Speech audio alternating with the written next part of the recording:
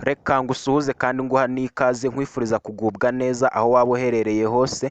Aka kanya rero reka turebere hamwe ibikubiye muri iri tangazo ryasohotse ku itariki ya 19 Kanama umwaka ni 2024. Iri tangazo rero ryibanda ku ifungwa ry'insengero mu by'ukuri bimaze iminsi na n'ubu insengero ziracyafunze hano mu gihugu cy'u Rwanda, uretse ko hari zikora nabwo hakora izujuje ibisabwa. Nibyo nje kugira ngo turebere hamwe rero tumenye impamvu zafunzwe, tumenye ese urusengero ruri gukomeza gukora cyangwa se gusengerwamo ruri kuba rwujuje ibihe bintu, ese ni ibihe bisabwa kugira ngo izi nsengero zifungurwe, none se leta yo irabivugaho iki? Mu by'ukuri nubwo perezida w'igihugu Excellence nyakubahwa Paul Kagame yabikomeje cyane avuga ko rwose ibi bintu bidasanzwe kandi abizi neza, ku bajyaga bavuga ko ibi bintu yaba atabizi. Mu by'ukuri ni ibibazo hano iwacu muri East Africa ndetse na Afurika muri rusange. Ibi byose rero nibyo ngiye kugira ngo turebere hamwe tumenye amakuru yizewe mu by'ukuri uko byaba bimeze hano muri Afurika y'Iburasirazuba ndetse na Afurika muri rusange. Rero ibi ni ibijyanye n'ifungwa ry'insengero. Iki ni icyorezo cya monkeypox cyangwa se ubushita bw'inkende. Iki cyorezo cyabashije kuba cyagera mu Rwanda ku itariki ya 21 umwaka w'2024 mu kwezi kwa karindwi. Iki cyorezo rwose kiri cyageze mu gihugu cy'u Rwanda ku itariki ya 28 rero ukwezi kwa karindwi, abarenga 51 bari bamaze kwandura iki cyorezo. Ku itariki ya 1 Kanama umwaka wa 2024 nibwo ibintu byabashije kuba byakara. Perezida w'igihugu cy'u Rwanda yamaze kubona ko byafashe indi ntera. Insengero zirenga 5800 uwo munsi zaraye zifunzwe ku itariki ya 1 Kanama, by'umwihariko mu karere ka Musanze ho mu ntara y'Amajyaruguru. Akarere ka Musanze konyine insengero zirenga 197 uwo munsi zaraye zifunzwe kubera kutuzuza ibisabwa. Ariko insengero zafunzwe cyane yaba i Musanze ndetse no mu Rwanda muri rusange ni insengero z'idini rya ADPR cyangwa se abapentekote. Iri dini rwose ryaribasiwe cyane kubera kutuzuza ibisabwa. Insengero zafunzwe ari nyinshi. Nanone rero iki cyorezo cyitwa monkeypox cyangwa se ubushita bw'inkende na n'ubu kirakomeje. Ubu tuvuganaho ku itariki ya 20 Kanama kikaba kimaze guhitana abarenga 134 mu gihugu cy'u Rwanda, abamaze kwandura barenga 319. Ubwo rero ushobora kumva iyi video imibare yariyongereye cyangwa yaragabanyutse.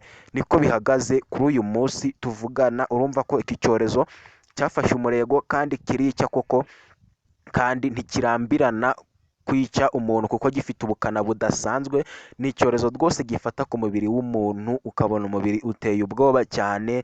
Icyorezo kitarabonerwa umuti ndetse n'urukingo kugeza na n'ubu, dore ko iki cyorezo muri Afurika yose ibihugu bisaga 32 byose bimaze kurangwamo iki cyorezo cya monkeypox, ubushita bw'inkende. Mu by'ukuri urumva ko ari ibintu bibabaje cyane, ni ibintu byavugishije benshi cyane. Rero ahantu ho Perezida Excellence nyakubahwa yuririye afunga insengero yakamejeje mu burakari bwinshi ndetse n'imvugo itsindagiye. Insengero rwose yasa zifunga igitaraganya, dore ko ku itariki ya 8 Kanama ubwo yaramaze gufunga izi nsengero hasize iminsi 8, insengero zimwe na zimwe zitujuje ibisabwa zihagaze, nibwo abadepite barenga 80 barekaramye mu burakari bwinshi cyane bamubaza impamvu yaba yafunze insengero, utubare ndetse na za pisine n'ibindi bikorwa byinshi bihuriramo imikino y'amahirwe bihuza abantu benshi cyane batandukanye bigakomeza gukora. By'umwihariko na Pastor Dr Antoine Rutayisire nawe yararekaramye cyane. Ibi ntabwo yabivuzeho rumwe na leta. Kuri leta rero ni benshi bumvikanaga na Perezida Excellence mu by'ukuri ko insengero zitujuje ibisabwa zigomba gufungwa.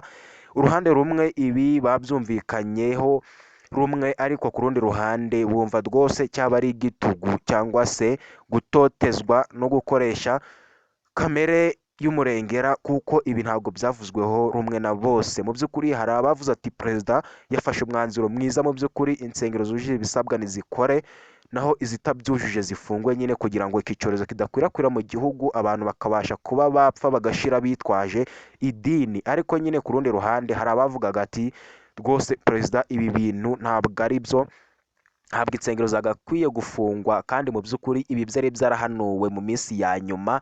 Rero ibi byavugishije benshi cyane, by'umwihariko nka Pastor Rutayisire. Uyu nawe ntabwo yabyumvikanyeho rumwe na Perezida Excellence nyakubahwa ko insengero zafungwa, kuko we yibazaga impamvu insengero zafungwa, mu by'ukuri utubare tugakomeza gukora ndetse n'ibindi byinshi bihuza abantu benshi mu by'ukuri byakoroha kuba iki cyorezo cyaza bitewe n'aho hantu bari. Ibi rero Antoine ndetse n'abandi bapasiteri batandukanye ndetse yewe na bamwe mu bayobozi ba politiki nabo bibajije kuri iki kibazo, rwose ntibumvikanaho rumwe na Perezida Excellence.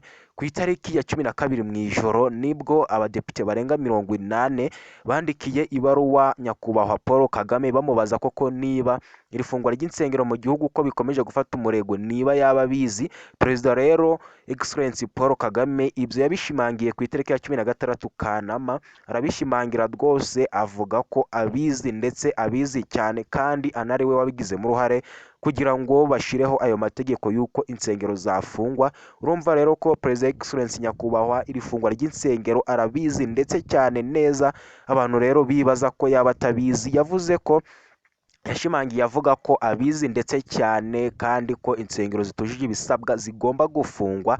Ibi rero niho byavuzweho na benshi cyane ntibabivugaho rumwe. Perezida nyakubahwa Paul Kagame nibwo yahise arakara cyane ahita avuga ko nta kundi byagenda, ko insengero zigiye kujya zisora. Anariyo ngingo nyamukuru, inkuru nyamukuru ituzanye muri iki kiganiro, tugiye kurebera hamwe uko insengero zigiye kujya zisora. Perezida yabonye rwose kujurira atabisoza, ariko nanone hari ibibazo yagiye abaza bamwe mu banyarwanda batandukanye, ababaza ati ni gute pasitoro aza akaguhanurira mu by'ukuri ari kugenda mu modoka, wowe igihumbi cyonyine wari ufite imbere n'inyuma uri burarire ukakimuhereza ugakomeza kumwongerera amafaranga. Perezida we yavuze ko mu by'ukuri abapasitoro ariko atari bose, mu byumve neza ko abenshi bagenzwa n'amaco y'inda, baba bagamije inyungu zabo. Bamwe baba batari abapasitoro ba nyabo, mu by'ukuri baba bagamije kwituburira no kurya amafaranga y'abakirisitu bakitwaza idini. Rero ibi nibyo perezida yashimangiye yuririraho avuga ko insengero zigomba gusora niba koko gufungwa babonye cyaba ari igitugu cyangwa se barakaramye cyane. Perezida rero nk'umuntu ureba kure yavuze ko bashobora gukeka ko wenda yaba yitwaza umwanya arimo kugira ngo afunge insengero. Nibwo kubyoroshya aravuga ati insengero rero zigiye kujya zisora tugabane kuri ayo mafaranga. Rero imisoro ariko ntabwo irashyirwa hanze, ntihagire uza ngo aguharabike akubwire ngo insengero zigiye kujya zisora gutya. Ariko perezida yavuze ko imisoro nayo izagendera ku bwinshi bw'amadini. Mu by'ukuri niba ADEPR ari 40% mu gihugu, abo bazasora kurusha abisilamu cyangwa se ayandi madini ari hasi cyane ataragira abayoboke benshi cyane.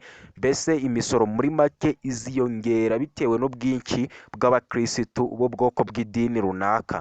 Ibyo rero nibyo azagenderaho, yabishimangiye ku ijoro ryo ku itariki ya 16 Kanama uyu mwaka wa 2024.